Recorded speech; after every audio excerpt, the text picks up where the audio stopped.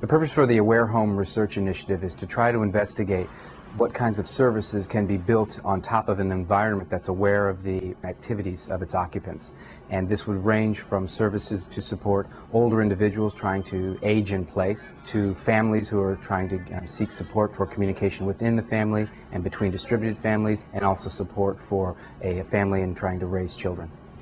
One way you can distinguish the work being done here is that we're trying to look for ways to support everyday activities, and specifically to support the kind of cognitive disabilities that come about through the natural process of aging. Other research efforts might look at the design of the physical space and how you might accommodate that, or in specific focus on issues like telemedicine. And we're looking more at support for the everyday activity of individuals within the home and interactions between those individuals in the home and their distributed family elsewhere.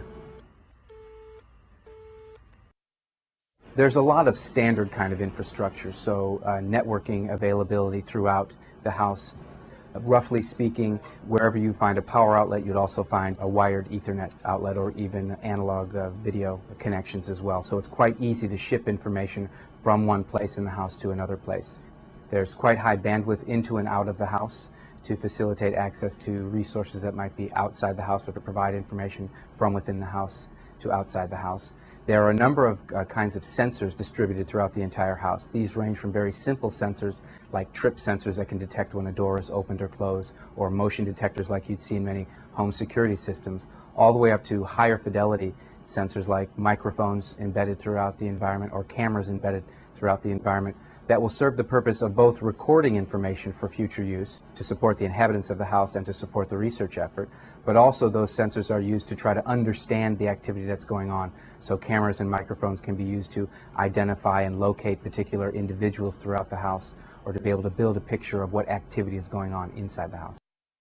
It's an obvious concern that when you build an environment that is so aware ultimately of what's going on inside it, who is going to use that information, and how can the individuals feel a certain sense of control and autonomy inside the environment. And it is actually a research question that we're pursuing in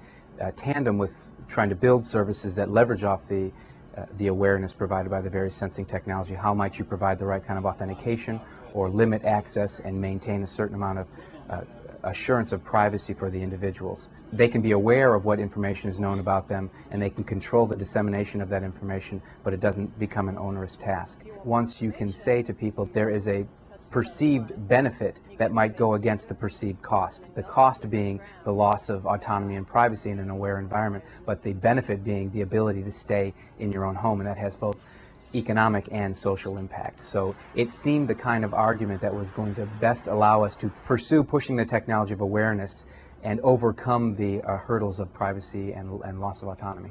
What we want to accomplish with the Aging in Place project is to create an environment that supports senior adults who want to live independently in their own homes.